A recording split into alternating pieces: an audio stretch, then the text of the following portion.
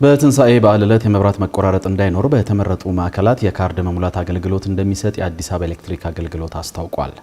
የተገለጸው በትንሳኤ በዓል ወቅት በመዲናዋ የኤሌክትሪክ ኃይል መቆራረጥ እንዳያጋጥምና ሌሎች መሰረታዊ አገልግሎቶች በውጤታማነት እንዲሰጡ አስፈላጊው ቅድመ ዝግጅት መጠናቀቁን አስመልክቶ የአዲስ አበባ ከተማ አስተዳደር ስራ አስኪያጅ ጽሕፈት ቤት በሰጠው መግለጫ ነው። የከተማው አስተዳደር ስራ አስኪያጅ ጽሕፈት ቤት ከተጠሪ ተቋማት ጋር በመሆን ለትንሳኤ በዓል የማዘጋጃ ቤታዊ አገልግሎት ቅድመ ስራዎችን አስመልክቶ የሰጠውን መግለጫ ሪፖርተራችን ምስልያ ሺም ተከታትለዋለች።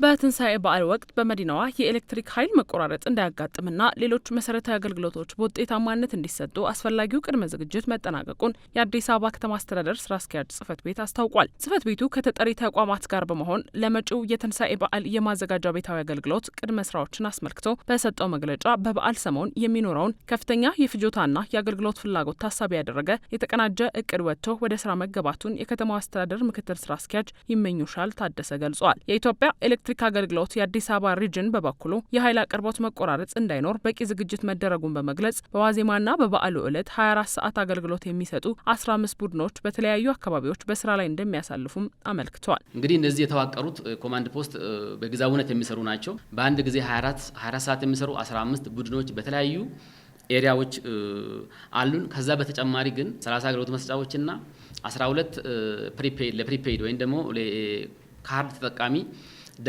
ደንበኞቻችን የተከፈቱ ቢሮዎች ክፍት ሆኖ በበዓሉ ዋዜማም በበዓሉ ወቅትም ይቆያሉ ማለት ነው። እንግዲህ ደንበኞቻችን በሚመቻቸው ቦታዎች ላይ ካርድ ሄደው መሙላት የሚችሉበት ሁኔታዎች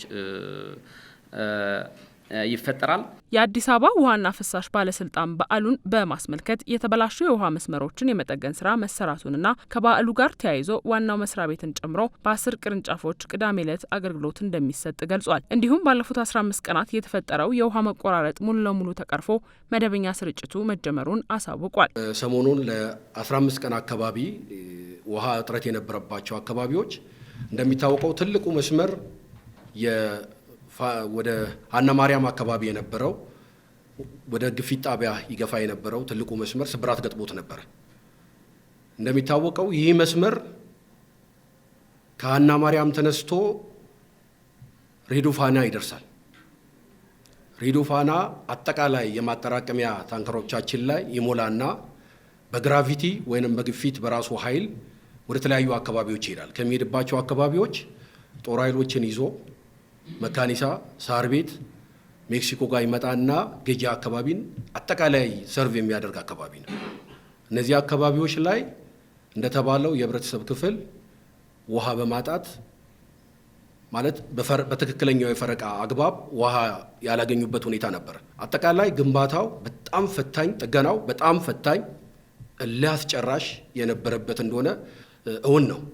ያ ችግር ግን ትላንትና ተፈቷል ሙሉ በሙሉ።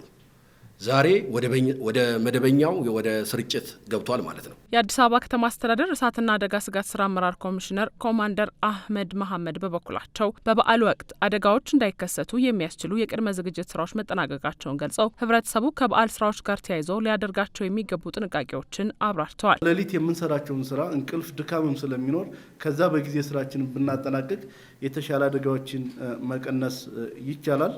ሌላ ከዚህ ጋር ተያይዞ ከሰል ነው። ብዙ ከሰል እንጠቀማለን በዚህ የበዓል ጊዜ። የከሰል ጉዳይ ያው እንደምናውቀው ብዙ ሰዎችን ያፍናል። በተደጋጋሚ እስካሁን ድረስ እያጋጠመን ያለና ብዙ ሰዎችን እየጎዳብን ያለ ይሄ ከከሰል ጋር ተያይዞ ስለሆነ ህብረተሰቡ በጣም ጥንቃቄ ሊያደርግ ይገባል።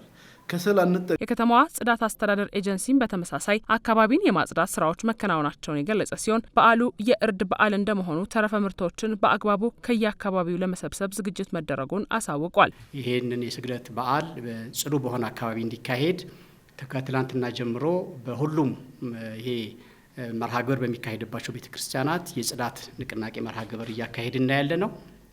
የከተማው ትላልቅ አመራሮች በተገኙበት እንዲሁም የተለያየ የሃይማኖት ተከታይ ህብረተሰብ ክፍሎች በተገኙበት፣ ሌላው እንግዲህ በዓሉ ሰፊ የገበያ እንቅስቃሴ ያለበት እንደመሆኑ መጠን የእርድ እንስሳቶች የተለያየ ግብርና ምርት ወደ ከተማችን የሚገባ ከመሆኑ አንጻር እነዚህ ቦታዎች በመለየት በየክፍለ ከተማ በየወረዳው እነዚህ ቦታዎች ላይ ከወዲሁ የጽዳት ስራዎች እየተሰሩ ነው። በቋሚነት የሰው ኃይል ተመድቦ የገበያ ቦታዎች እንዳይቆሽሹ ተገቢው የጽዳት ስራ እየሰራን እንገኛለን ማለት ነው። በበዓል ወቅት ለሚያጋጥሙ አደጋዎች ማህበረሰቡ 939 ለውሃ መቆራረጥ 690 እና ለኤሌክትሪክ መቆራረጥ 905 ወይም 904 ነጻ የጥሪ ማዕከል በመደወል የ24 ሰዓት አገልግሎት ማግኘት እንደሚችልም ተገልጿል።